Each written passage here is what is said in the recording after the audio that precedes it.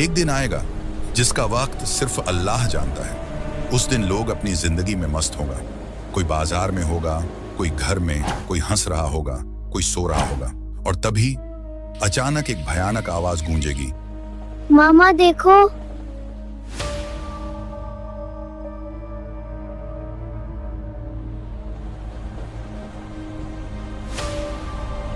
सूर फूंका जाएगा।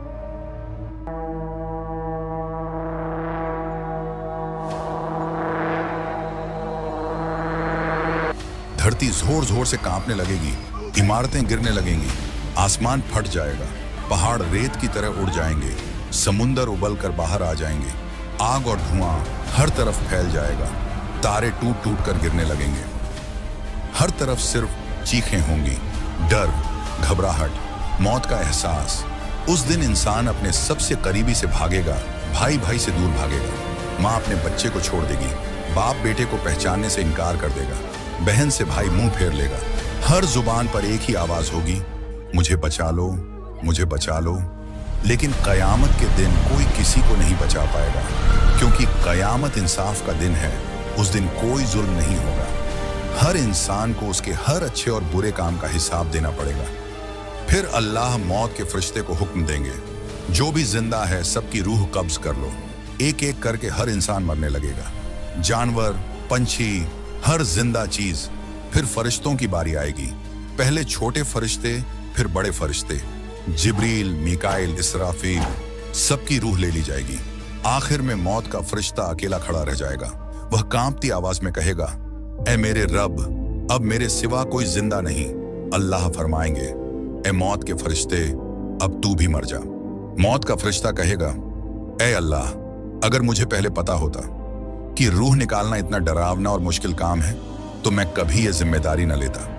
फिर पूरी कायनात खामोश हो जाएगी, न आसमान, न जमीन, न आवाज, न जिंदगी। अल्लाह पूछेगा, आज बादशाही किसकी है? और फिर खुद जवाब देगा, सिर्फ अल्लाह की, जो अकेला है और सब पर काबू रखता है। फिर दोबारा अल्लाह इस्राफील को जिंदा करेगा और कहेगा, सुर फिर से फूंको।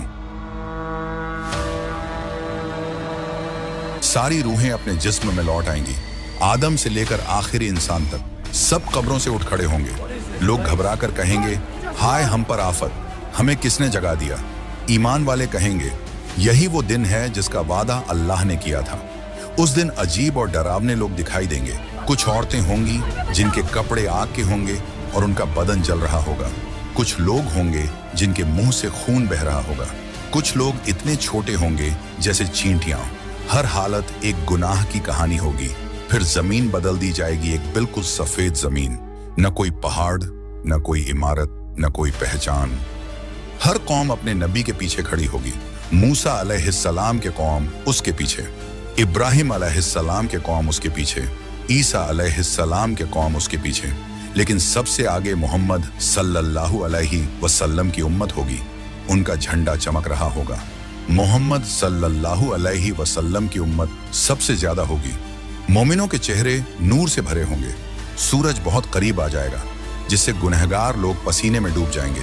किसी का पसीना टखनों तक, किसी का घुटनों तक, और बहुत सारे लोग पूरा का पूरा पसीने में डूब जाएगा। लेकिन जिनका ईमान मजबूत होगा, अल्लाह उन्हें अपने अर्श की साया में रखेंगे। फिर हौज़े कौसर, नबी सल्लल्लाहु अलैहि वसल्लम अपने हाथों से पानी पिलाएंगे।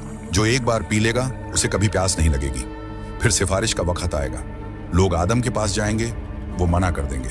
नूह, इब्राहिम, मूसा, ईसा सब कहेंगे, मैं नहीं, मैं नहीं। आखिर में लोग मोहम्मद सल्लल्लाहु अलैहि वसल्लम के पास आएंगे। वो सजदे में गिर जाएंगे और कहेंगे, ऐ अल्लाह, मेरी उम्मत, मेरी उम्मत। फिर हिसाब शुरू होगा। आसमान में किताबें उड़ेंगी। हर इंसान अपना अमलनामा पकड़ेगा। जिसे दाएं हाथ में मिलेगा वो खुशी से रो पड़ेगा, और जिसे बाएं हाथ में मिलेगा वो कहेगा, काश मैं पैदा ही ना होता। राज खुलेंगे। बेहयाई करने वालों का अंजाम, सूद खाने वालों का अंजाम, घमंड करने वालों का अंजाम। फिर अल्लाह कहेगा, क्या तुमने समझा था कि तुम्हें यूं ही पैदा किया गया है? दोस्तों, कयामत के दिन के अजाब से डरो, नहीं तो उस दिन बहुत पछताओगे। सीधे रास्ते पे चलो।